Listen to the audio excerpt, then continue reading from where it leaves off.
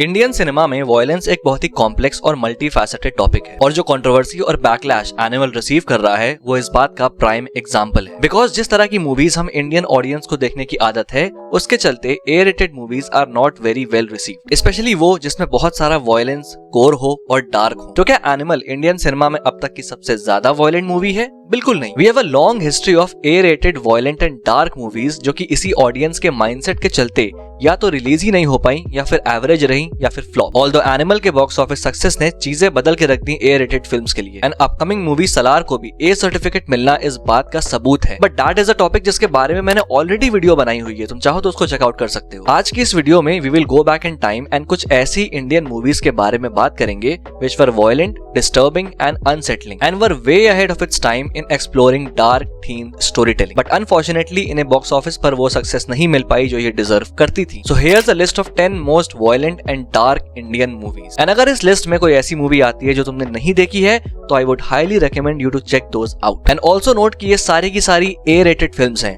तो शुरू करते हैं इस लिस्ट को। Stay tuned.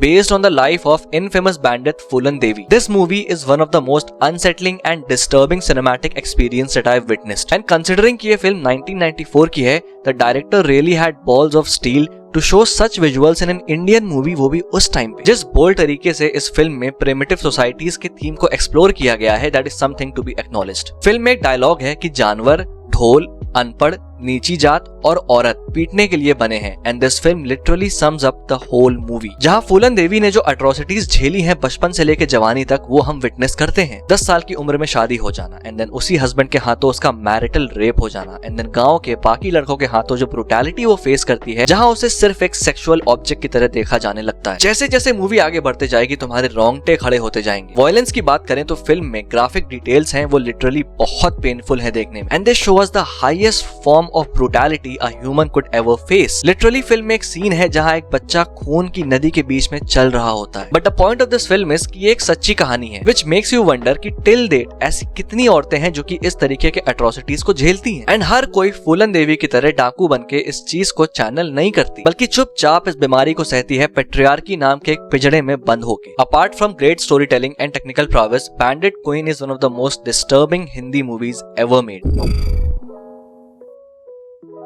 90s बॉलीवुड जहां पे वाइब्रेंट स्टोरी टेलिंग पीक पे थी एंड रोमांस का एरा था, जहां राम गोपाल वर्मा जैसे डायरेक्टर छोटे एक्टर्स जो कि इतने पॉपुलर भी नहीं हैं एंड कुछ नए चेहरों के साथ एक फिल्म लेके आते हैं सत्या, एक डार्क क्राइम मूवी जो एक रियलिस्टिक, ग्रिटी, वायलेंट और मेमोरेबल तरीके से हमें मुंबई के अंडरवर्ल्ड को दिखाती है। सत्या कहीं से भी एक highly stylised cool guy with a gun gangster movie नहीं है, बल्कि ये एक बहुत ही ग्राउंडेड और ईरी पोर्ट्रेयल है एक ऐसे इंसान का जो अंडरवर्ल्ड का हिस्सा बन जाता है। फिल्म में एक बार फाइट सीन है जहाँ सत्या अपने दुश्मन को मारता है। जो रॉ अग्रेशन हम देखते हैं उस कैरेक्टर का स्क्रीन पे उस टाइम पे, दैट वायलेंस एंड जिस तरह से जेडी चक्रवर्ती अपने उस कैरेक्टर के प्राइमल रेज को पोर्ट्रे करते हैं, आज भी वो सीन सर से पांव तक रोंगटे खड़े कर देता है। एंड इसी सिमिलर वे में ये पूरी फिल्म एक ब्रूटल और डार्क टोन में सेट है जिसके लिए 1998 में कोई रेडी नहीं था एंड आज की डेट में भी it stands as one of the grittiest gangster crime movies ever made in Indian cinema. And कहीं ना कहीं आरजीवी ने जो स्टैंडर्ड सेट किया है क्राइम मूवीज का इंडियन सिनेमा में, वो बेंचमार्क आज भी सत्या मेंटेन रखती है।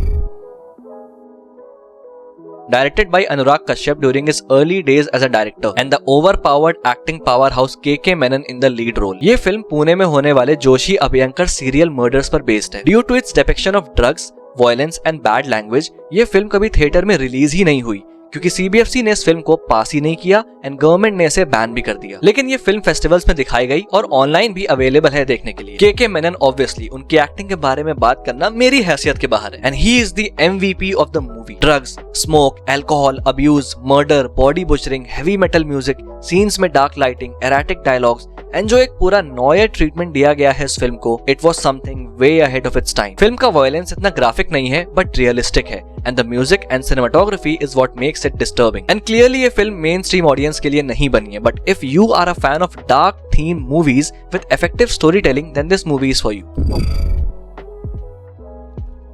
बैंडिट क्वीन देखते वक्त जो शॉक का लेवल मैंने एक्सपीरियंस किया था मातृभूमि दूसरी ऐसी फिल्म है जो कि उस शौक के लेवल को मैच करती है। इंडिया में आज भी प्रेवलेंट फीमेल इन्फेंटिसाइड की प्रैक्टिस के बारे में तो हम सभी जानते हैं, जहाँ पे फीमेल बच्चों को पैदा होने से पहले ही मार दिया जाता है एंड जस्ट इन केस वो बच गए तो उनको पैदा होने के बाद खत्म कर दिया जाता है। इस फिल्म के डायरेक्टर इस इशू को एक ऐसे लेवल पे एलिवेट करके एक ऐसी हाइपोथेटिकल सिचुएशन तुम्हारे सामने पेश करते हैं जिसको देख के तुम दंग रह जाओगे। फिल्म हमें एक रीजन की कहानी दिखाती है जहाँ पे सालों से फीमेल इन्फेंटिसाइड की प्रैक्टिस चल रही होती है एंड देन कहानी चली जाती है साल 2050 में, जहाँ पे अब उस रीजन का हाल कुछ ऐसा हो गया है कि वहाँ पे अब कोई औरत बची ही नहीं है एंड फिर वहाँ मर्दों को रियलाइज होता है कि उनके घर को संभालने के लिए, उनके लिए अच्छा खाना बनाने के लिए, उनके सेक्सुअल डिजायर्स को फुलफिल करने के लिए अब कोई बचा ही नहीं, जिसके चलते वो इस हद तक गिर जाते हैं कि जानवरों के साथ सेक्सुअल एक्ट्स करने लगते हैं। अब इमेजिन कि ऐसे हॉरिफिक सिनेरियो में अगर इनके बीच एक औरत आ जाए तो ये कैसे भूखे जानवरों की तरह उसको नोच खाएंगे, क्योंकि फिल्म में एग्जैक्टली यही होता है। गांव का एक आदमी अपने 5 बेटों के लिए दूसरे रीजन से एक औरत खरीद के लाता है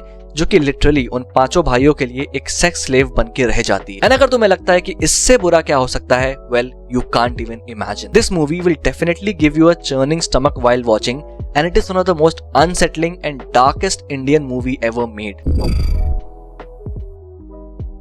A remake of Korean movie Old Boy. Although haters इसको copycat या rip off बोल के ट्रैश करेंगे, but there is no denial in the fact that this is a very well made remake. And अगर तुमने Old Boy देखी भी हुई है तब भी इस फिल्म की ending will definitely catch you off guard, I can guarantee. एक जो कोरियन स्टाइल का गोर और वायलेंस होता है, उस टाइप के वायलेंस में इमुलेट करने में ये फिल्म सक्सेसफुल होती है and the brutality and gruesomeness in this movie is something जो कि अपने आप में इसको एक अच्छी डार्क थीम्ड एक्शन मूवी बनाती है। Sanjay Dutt clearly takes away the cake here with his performance and John Abraham was also stellar and मेरी तरह अगर तुम एक अच्छी रीमेक को अप्रिशिएट करते हो then this movie is for you. Another movie in this list directed by Anurag Kashyap and again lead role में the acting powerhouse KK Menon। जितने भी लोग आज की डेट में बाइकॉट बॉलीवुड करते हैं, ये फिल्म उनके मुंह पे एक तमाचा है कि क्यों ऐसी फिल्मों को उन्होंने सपोर्ट नहीं किया जब वो आई। Because movies like this could have been a game changer for Indian cinema अगर उस टाइम पे ये हिट हो जाती तो। गुलाल, ये टाइटल एप्टली इस फिल्म के थीम को समराइज करता है एंड ये उस रंग को सिग्निफाई नहीं करता जो हम लगाते हैं, बल्कि ये सिग्निफाई करता है ब्लड को। Although violence and dark theme इस मूवी के one of the core aspect है, but it is also accompanied by intense and bold writing by Anurag Kashyap, जो उस टाइम पे किसी भी डायरेक्टर की बनाने की हिम्मत नहीं थी। A tale of power, hatred, fame and all this accompanied by mesmerising BGM and songs, ground breaking performances और एक thought provoking ending. If you love dark and violent movies तो डेफिनेटली गुलाल देखो and if you don't love dark and violent movies तब भी गुलाल को देखो, क्योंकि अगर तुम मूवी या सिनेमा के फैन हो then don't miss this rare piece of art in Indian cinema. Directed by Ram Gopal Verma and starring Vivek Oberoi and Surya in prominent roles. Paritala Ravindra नाम के एक पॉपुलर पॉलिटिशियन पे बेस्ड ये movie easily Ram Gopal Varma के career की one of the best directorial है। Movie fast paced है और फ्रीकिंगली वायलेंट है। The killing scenes in this movie are brutal as fuck and there is lot of blood to witness. But इसे सिर्फ एक mindless movie मत समझना जिसमें सिर्फ और सिर्फ खून है। All this violence is accompanied by a strong storyline and a screenplay which was a new offering at that time. Vivek Oberoi literally lives the character of Ravindra Paritala and gives one of the finest performances of his career. Spoilers की वजह से इस movie के बारे में ज्यादा बात नहीं कर सकता, but all I can say it's a powerful movie depicting the game of power in the truest and wildest form. पता है पूरी वीडियो में इस फिल्म के बारे में बात करना सबसे आसान था मेरे लिए, क्योंकि मुझे इस फिल्म के बारे में बोलने की जरूरत ही नहीं है। क्योंकि अगर तुम एक सिनेमा लवर हो और तुमने गैंग्स ऑफ वासेपुर नहीं देखी है then it's a high time that you start questioning yourself कि तुम सच में एक सिनेमा लवर हो कि नहीं, because this movie is a piece of art. It's a piece of art in its purest form. अगर हॉलीवुड के पास अपनी गैंगस्टर मूवी गॉडफादर है तो हमारे पास जवाब में गैंग्स ऑफ वासेपुर है। इनफैक्ट मेरी नजर में ये फिल्म आउटडू करती है गॉडफादर को बहुत से एस्पेक्ट्स में। Direction, screen play, narration, acting, music, cinematography, everything is top notch. Like इस फिल्म में कोई कमी है ही नहीं जो निकाली जा सके। एंड जैसा कि वीडियो वायलेंट मूवीज के बारे में है तो ये बताने की जरूरत नहीं है कि इस फिल्म में कितना वायलेंस है। Anurag Kashyap literally puts his soul in this movie और वो हर फ्रेम में विजिबल है। लाइक लिटरली जो एक पूरा एनवायरनमेंट सेटअप किया गया है इन मूवीज में, इट मेक्स यू फील कि तुम जी रहे हो इनके बीच। इतने सारे कैरेक्टर्स के बावजूद एक इतना बैलेंसिंग एक्ट बनाना, वो भी तब जब एक से एक फाड़ एक्टर्स प्रेजेंट हो आपकी कास्ट में। In terms of technical perfection and writing, this movie is an epic piece of work जो इंडियन सिनेमा में एग्जिस्ट करता है। Directed by Sriram Raghavan and starring Varun Dhawan in the lead role. This dark revenge drama is one of the most underrated movie in Indian cinema. Revenge drama से अच्छा ground work ही नहीं है एक unsettling movie बनाने के लिए। And director Shriram Raghavan बिल्कुल भी नहीं झिझकते हमको रघु का ब्रूटल ट्रांजिशन दिखाने में कि कैसे बदले की आग में एक इंसान सारी हदें पार कर सकता है and how it takes one bad day to get someone of the edge. Throughout the film हम देखते हैं कि कैसे रघु एक इनोसेंट फैमिली मैन से एक रूथलेस किलर बन जाता है जो कि अपने रास्ते में लाशें बिछाए जा रहा है एंड कहां हम सिंपैथाइज करते करते उससे चिढ़ने लग जाते हैं। Varun Dhawan gives the best performance of his career till date. Sadly ये फिल्म बॉक्स ऑफिस पे कुछ खास कमाल नहीं मचा पाई and since film A rated है तो ग्रूसम वायलेंस तो है ही, बट अगर तुम्हें एक अच्छी ओरिजिनल और डार्क रिवेंज ड्रामा देखनी है then this movie is for you.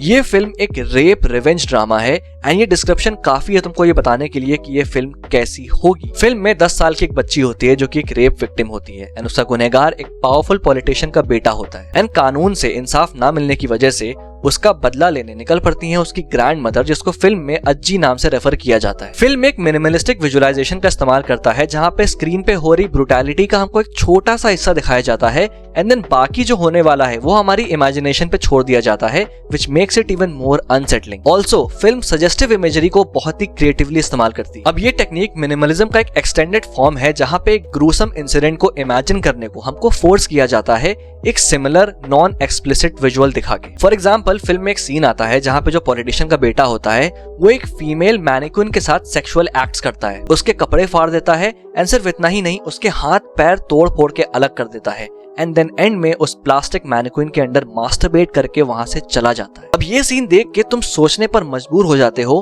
कि अगर ये इंसान एक नॉन लिविंग मैनिक्विन के साथ ऐसा कर सकता है तो अगर इसको एक जीती जागती लड़की मिल जाए तो ये क्या करेगा। And it makes you uncomfortable and disgusted without showing you anything gruesome and इस टेक्निक को कहते हैं सजेस्टिव इमेजरी। बट ये मत समझना कि इस टेक्निक का इस्तेमाल पूरी फिल्म के दौरान है। फिल्म क्लाइमैक्स में ऑल आउट हो जाती है एंड तुम्हें कुछ ऐसे विजुअल्स देखने को मिलते हैं जिसको देख के तुम्हारी गांड फट जाएगी। So this movie is clearly not for the फेंट hearted, watch it at your own risk. तो ये थी इस लिस्ट का एंड। बाकी तुम्हारे पास अगर कोई सजेशंस हैं तो तुम कमेंट बॉक्स में लिख के बता सकते हो और अगर ये वीडियो पसंद आई तो लाइक कर देना और अगर पहली बार यहाँ पे आए हो तो सब्सक्राइब करना मत भूलना ऐसी और अमेजिंग वीडियोस के लिए। Till then this is your pop culture net signing off. We'll see you guys in the next video.